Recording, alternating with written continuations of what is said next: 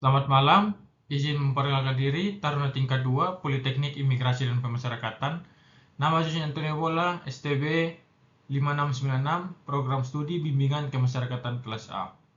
Pada kesempatan kali ini, saya akan mempresentasikan hasil analisis kasus kekerasan seksual terhadap anak yang melibatkan mantan Kapolres Ngada, Nusa Tenggara Timur dari perspektif perlindungan anak. Deskripsi dan kronologi kasus. Kasus ini merupakan dugaan tindak pidana kekerasan seksual dan eksploitasi terhadap anak yang melibatkan mantan Kapolres Ngada, AKBP Fajar Widyadharma Lukman Sumatmaja.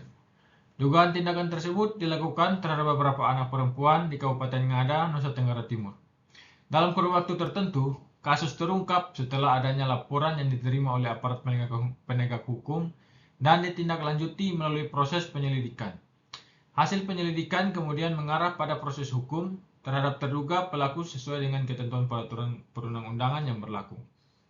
Untuk pihak yang terlibat dalam kasus ini meliputi mantan Kapolres Ngada sebagai terduga pelaku, anak-anak yang menjadi korban, keluarga korban, aparat penegak hukum, serta lembaga perlindungan anak yang memberikan pendampingan dan perlindungan kepada korban selama proses hukum berlangsung. Dampak dari kasus tersebut, kasus ini menimbulkan dampak psikologis dan sosial bagi para korban, serta menjadi perhatian luas masyarakat. Selain itu, kasus ini mendorong peningkatan pengawasan, penegakan hukum yang tegas, dan penguatan upaya perlindungan anak untuk menjaga terulangnya kasus seperti ini di masa yang mendatang. Pada slide ini, saya akan menjelaskan gambaran umum kasus yang menjadi objek analisis dari perspektif saya, perspektif perlindungan anak, yaitu kasus kekerasan seksual terhadap anak yang melibatkan mantan Kapolres Ngada di Nusa Tenggara Timur. Kasus ini menjadi perhatian publik karena pelaku merupakan seorang pejabat kepolisian yang memiliki kewenangan dan tanggung jawab untuk menjaga keamanan serta melindungi masyarakat. Namun dalam kasus ini, pelaku justru diduga melakukan tindakan yang bertentangan dengan tugas dan tanggung jawab tersebut.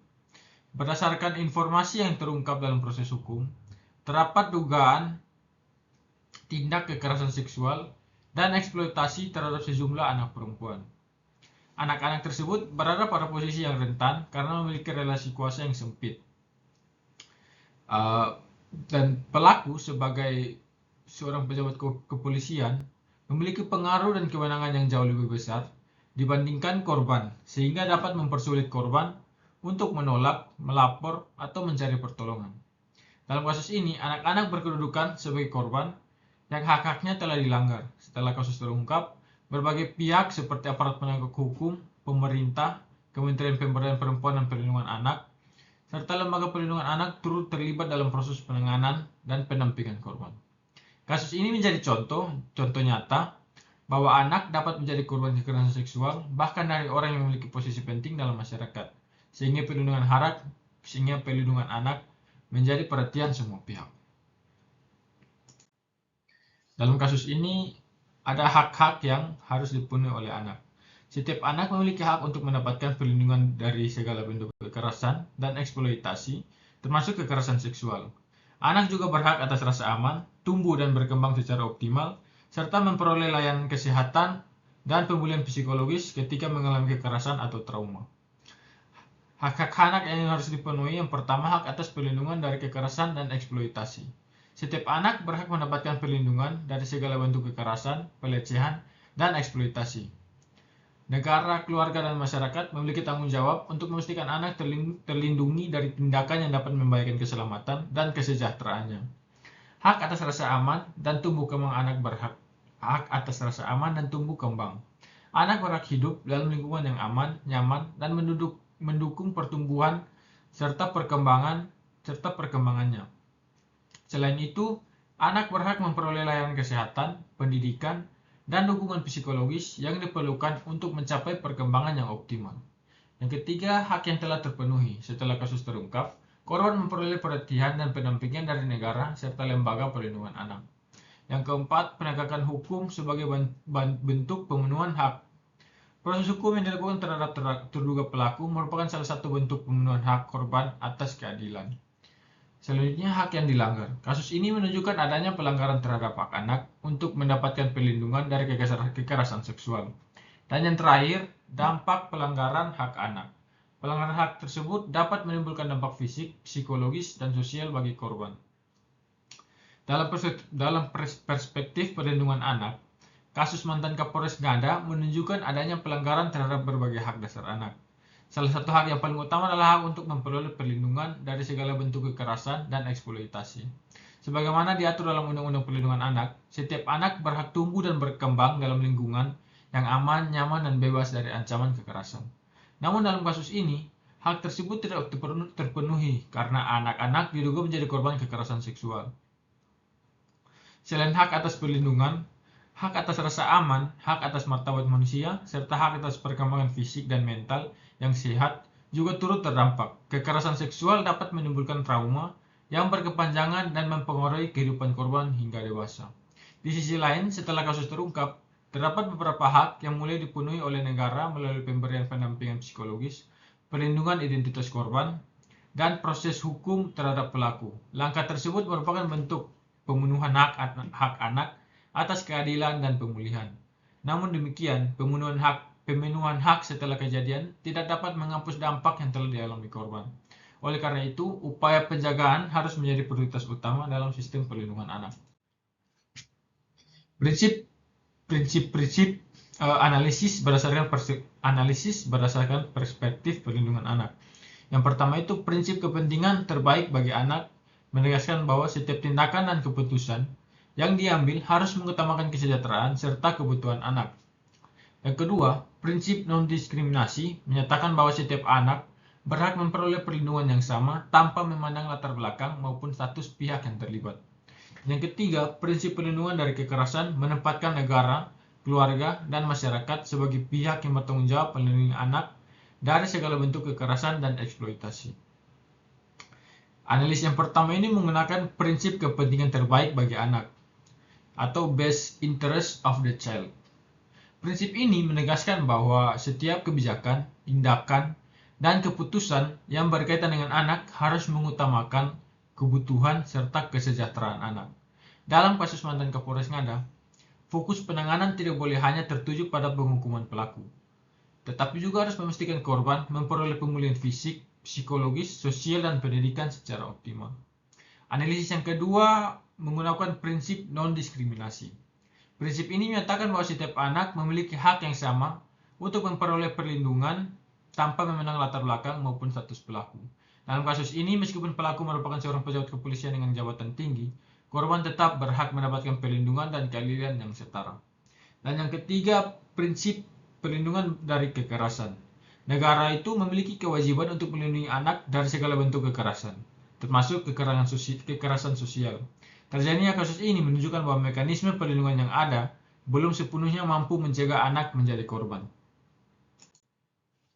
Dalam kasus kekerasan seksual, terdapat anak yang melibatkan mantan Kapolres Ngada. Peran keluarga sebagai lingkungan perlindungan pertama bagi anak belum berjalan secara optimal. Dan yang kedua, peran sekolah juga menjadi penting karena sekolah merupakan salah satu tempat yang dapat membantu mengidentifikasi anak yang mengalami kekerasan. Dalam kasus kekerasan seksual terhadap anak yang melibatkan mantan Kapolres Ngada, peran keluarga sebagai lingkungan perlindungan pertama bagi anak belum berjalan secara optimal. Keluarga seharusnya mampu mengenali perubahan perilaku, kondisi emosional, atau tanda-tanda yang menunjukkan bahwa anak sedang mengalami kekerasan. Dalam kasus mantan Kapolres Ngada ini, keluarga memiliki peran penting sebagai pelindung pertama bagi anak. Keluarga seharusnya mampu membangun komunikasi yang terbuka dengan anak, sehingga anak merasa aman untuk menceritakan masalah yang dialaminya. Peran sekolah juga sangat penting dalam perlindungan anak. Sekolah bukan hanya tempat belajar, tetapi juga tempat yang dapat membantu mendeteksi tanda-tanda kekerasan pada anak. Dari sisi masyarakat, kasus ini menunjukkan bahwa lingkungan sosial belum sepenuhnya mampu menjalankan fungsi perlindungan anak. Sementara itu, pemerintah dan aparat penegak hukum telah menjalankan perannya melalui pendampingan korban dan proses hukum terhadap pelaku. Titik kegagalan perlindungan anak. Kasus mantan Kapolres Ngada menunjukkan bahwa kegagalan perlindungan anak terjadi pada tahap pencegahan dan deteksi dini. Dugaan tindakan kekerasan seksual yang berlangsung dalam kurun waktu tertentu menunjukkan bahwa tidak ada sistem yang mampu mendeteksi dan menghentikan tindakan tersebut sejak awal. Keluarga, sekolah, masyarakat, dan institusi tempat pelaku bekerja merupakan pihak-pihak yang seharusnya dapat berkontribusi dalam mencegah atau meminimalkan kasus ini. Salah satu penyebab utama kegagalan perlindungan anak adalah ketimpangan relasi kuasa antar pelaku dan korban. Sebagaimana kita tahu, Kapolres, pelaku memiliki posisi sosial yang kuat sehingga korban atau pihak lain mungkin merasa takut untuk melapor. Faktor lain yang tidak kalah penting adalah lemahnya pengawasan internal terhadap perilaku pelaku. Padahal sebagai pejabat publik yang memiliki kewenangan besar, seharusnya terdapat mekanisme pengawasan yang lebih ketat untuk mencegah terjadinya penyalahgunaan kekuasaan tersebut. Dalam kasus ini, berdasarkan hasil analisis, rekomendasi pertama adalah memastikan seluruh korban dalam kasus mantan Kapolres Ngada ini memperoleh layanan pemulihan yang komprehensif. Korban perlu mendapatkan pendampingan psikologis secara berkelanjutan karena dampak kekerasan seksual seringkali berlangsung dalam jangka panjang. Rekomendasi kedua adalah memperkuat upaya pencegahan melalui pendidikan dan sosialisasi mengenai perlindungan anak.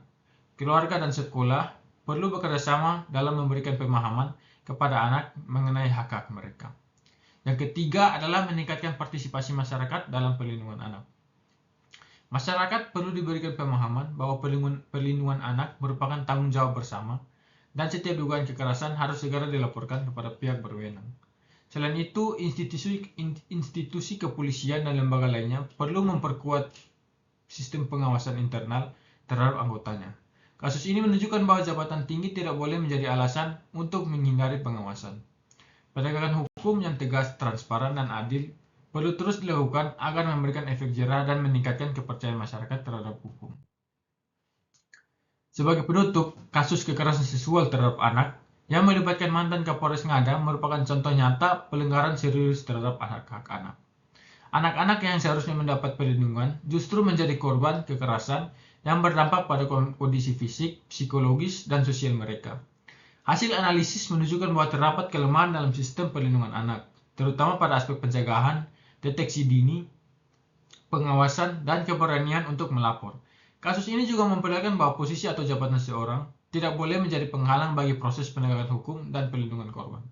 Oleh karena itu, diperlukan penguatan peran keluarga, sekolah, masyarakat, pemerintah, dan aparat penegak hukum dalam menciptakan lingkungan yang aman bagi anak.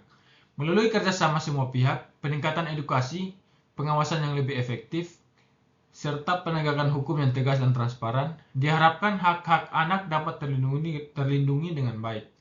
Kasus mantan Kapolres Ngada harus menjadi pelajaran penting bagi bahwa perlindungan anak adalah tanggung jawab bersama dan harus menjadi prioritas utama dalam kehidupan masyarakat, berbangsa, dan bernegara. Terima kasih, sekian dari presentasi saya. Terima kasih.